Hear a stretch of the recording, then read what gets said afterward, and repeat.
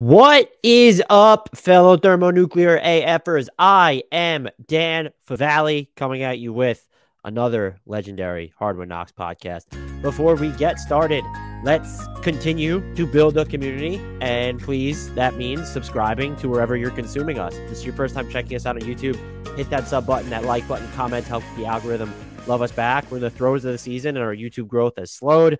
That is inexplicable, but I guess there's more content out there, so I kind of understand it. The final thing I wanted to get to is just an observation, and it's a team that we haven't really talked about since our look-aheads, or he's on a team that's not, we haven't talked about too much since our look-aheads, but the Washington Wizards, I don't know if, I still feel about the Wizards long-term. They're playing 500 basketball. That puts them in 7th in the East right now. You look at just the vitals on that team and it's like, all right, cool. They're like a little bit frisky. They're getting out in transition a little bit more than I thought they were going to. I've been happy with, some moments from like Kyle Kuzma a lot this season. Bradley Beal, I think, has looked really good in terms of how he's moving for long stretches. And yet the offense and the defense are both 20th in points scored per possession. It's been pretty unspectacular. Kristaps Porzingis, on the other hand, has been pretty fucking good, if not great. 21 points per game, 8.5 rebounds, 2.3 assists, 1.3 blocks, hitting 60.8% of his twos, 36.6% of his threes. I went back and I was watching a lot of his 2-point attempts, and you're like, oh, he's shooting 52+% from mid-range. That won't hold. Most of them are short mid-rangers where he's shooting like, I think it's like 55% or something. It just something ridiculous. He's at, just something ridiculous there. And it's like, that's not too far away from the basket for it to be unsustainable. I think he's moving really well. And just even sort of looking on defense, there's the raw rim protection numbers absolutely matter. Opponents are shooting 54.8% against him at the rim. Among every player in the league to contest at least 5 attempts per game at the rim, that ranks in the top 10. It's sandwiched between Rudy Gobert and Yusuf Nurkic, and he's ahead of guys like Clint Capella and Anthony Davis. That's a fine number. But what I've also noticed about him on defense is he's held up really well away from the baskets. And also, his blocks have come in all different sort of forms. Like, he's at the basket showing his verticality, but he's also hit these, he's also swatted these running shots as he's going off to the side. He's needed to block shots on his second jump when an opponent punt fakes or he just leaves his feet. And so he's been able to really do a good job protecting the rim in those scenarios. And he's just blocked like a few jumpers and stuff outside of the restricted area with his length. And he's held up really well to me on the perimeter. Like, you're going to play him predominantly in like drop type coverage here. But when he's like had to make a true switch, I go back to that play on Jason Tatum where he's able to stay in front of him and put himself in a position to kind of block Jason Tatum from the side going to the basket. He's moving really well. And you can see it. This will get into his offense. You can just see it in his sort of like change of direction on his footwork. Like, it seems like he's okay stopping on a whim. He's okay sort of spinning. He has some east to west agility that I feel like we really haven't seen from him in quite some time. This is probably the healthiest he's been in like a half decade. Is it even longer than that? And that's you can't put all your eggs in that basket because Kristaps Porzingis gets injured consistently and always seems banged up. But if you're Washington, this is a really encouraging sign. He's only shooting like 34.7% on catch and shoot threes. It's sub 35%, whatever the number is. You'd like to see that come up. But if he's going to give you, the work in the post that he has done this far, he's averaging 1.11 points. 1.11 points, per post-up possession right now.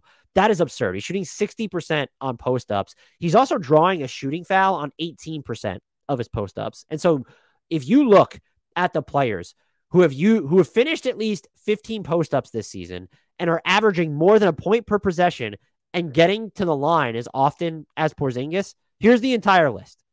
You have Nikola Jokic, you have Luka Doncic, and that's the end of the list. It's just those two. And so I know post-ups are a very outmoded form of offense, but look, Kristaps Porzingis, 1.11 points per possession. That's almost as much as the Wizards are averaging as an offense overall. They're at about 1.13 points per possession. So that does sort of speak to how inefficient post-ups can become. Kristaps has had some issues keeping control of the ball in the post, but I do think he's done a good job of using his size advantage. He's done a fantastic job of hitting his turnaround jumpers to this point. He is shooting 66.7% on all turnarounds this year. That includes hook shots, bank shots, the fadeaways in there. That is like a massively important clip, and it gives you an offensive hub. I think that you can reasonably hope. Yeah, you look, if he's going to shoot 36.6% from three, that's fine. He's been about 35% above the break. That is fine too. But most, like a huge chunk of his threes are going to become assisted. So you'd like to see him maybe like hit a little bit more of them. He has hit 50% of his pull-up threes. I don't know how many he's actually attempted. I would imagine it's probably like under 15 at this point. He's 3 of 6 on off the dribble threes. So that's very just like, oh, whatever here. But he has been a variable offensive weapon for them. And if you have him as an outlet in the post, I do think that's really important, because when you do look at this Wizards team, they're not, they have more creation here, but I think we've seen some, like, yeah, you've seen some highs from Will Barton at points, and you know you have Bradley Beal, but like Monte Morris has looked overmatched, and Kyle Kuzma just doesn't feel like he's best suited in that type of role. So you might have even less secondary creation than you think. Denny Avdia's role just still feels like it's all over the place. I remain incredibly high on him long term, but he just feels like sort of formless on offense at this point. Still, that would be my best way to classify him. The other thing, and I don't want to say the final thing, but one of the other things I've been impressed with regards to Kristaps is the assist numbers aren't really going to show it, but he does feel like a smarter passer. And there was a play, I don't remember if it was the Sixers game or their previous game, but like he's directing Bradley Beal before Kristaps even has the ball. He's directing where Bradley Beal should go away from the ball. He gets the entry pass at the nail, and he just hits a cutting Bradley Beal for an easy layup on the strong side of the basket. Like, that's just a different level of IQ and decision-making that we haven't seen from him before. We've also seen it on defense now, where it feels like he's really directing. Again, this is his first full season with the Wizards, missed all this time with the Mavericks, but he's like really calling out traffic and coverages on defense when you go and watch how the Wizards are playing. I'm not here to say that the results have been, absolutely incredible. Again, the Wizards rank 20th in points scored per possession and 20th in points allowed per possession. That being said, I do think Kristaps has had a material impact on how successful the offense is with him on the court. They have a 119.3 offensive rating when he plays, and they're outscoring opponents by 5.5 points per 100 possessions overall when he's on the court. This is a difference maker. Opponents are shooting a lot worse at the rim, even though they're getting to him more often. I think, look, a lot of that to me might, and sure, people have watched the Wizards way more than I have, but a lot of that to me, when you look at it, is just like, it feels like guys believe they can beat him because he's not going to stay firmly in front of them the entire time. Like, he's going to give you that steps that he can break up the play from behind or force you into these impossibly angled shots that are closer to the basket. And I would argue that's why opponents are shooting so much more at the rim when he's on the court. It could also just have to do with some of the defensive lineups that he has participated in are pretty iffy. So that could have a lot to do with it as well. But I've been absolutely taken aback by how well he's played this season. And if he can stay healthy, he will probably be in the All-Star discussion. He's been among the best bigs in the league this year. I think, look, if we're talking about true centers that are better than him right now, maybe haven't necessarily performed better to date, but would be better than him, there's Bam, there's Rudy Gobert, there's Nikola Jokic, there's Joel Embiid. I'd probably still put Ayton ahead of him, but the center after that is all right. Like, who are we talking? Do you still have Domas Sabonis ahead of him? Maybe do. That's fine. Is Jarrett Allen there, and Evan Mobley is not really being used as a center just yet? I don't think that you could say Clint Capella is there. RW3 is not playing. Vooch, no, at this moment, I wouldn't. The Knicks with Robinson or Hartenstein, nope. Miles Turner, just the body of work that Kristaps has shown on offense, just being more available than him this year, I don't think you could go there either. Definitely not Jalen Duren or Isaiah Stewart in Detroit. Not Claxton in Brooklyn. The Hornets with maybe Nick Richards is better than Kristaps. Let's give him that.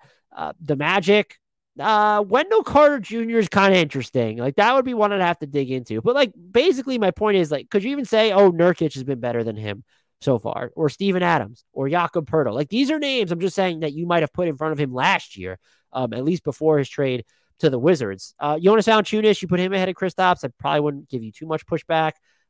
Nobody in Oklahoma City. No, I mean, Poku is a center, obviously better than Kristaps, but we're talking about someone who's probably pretty firmly a top 10 center right now, because like if you throw Anthony Davis in there as a center, okay, sure.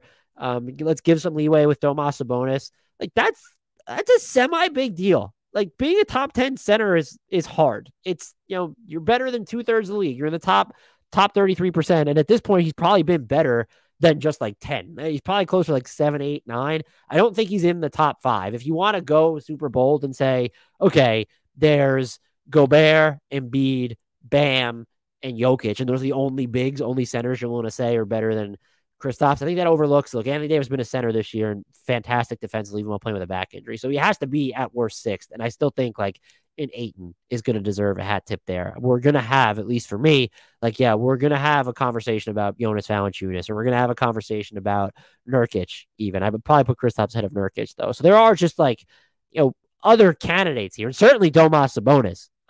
But Kristaps has been fantastic this season. If it holds, I think that bodes well for the Wizards to maybe break through and be like, hey, we're not the 10th best team in the East. Like, we're going to be in at least striking distance of one of the top 6 playoff spots, which I think was their aim when they set out to build this team. I don't think they haven't tricked themselves into thinking they're contenders. I do think they're a team to watch on the trade market this year, because if they're in a position where they can make the playoffs, like as a top 6 team, their picks are going to start to convey to the Knicks when looking at their protection. So you are rolling the dice a little bit, but not as much as going in blind.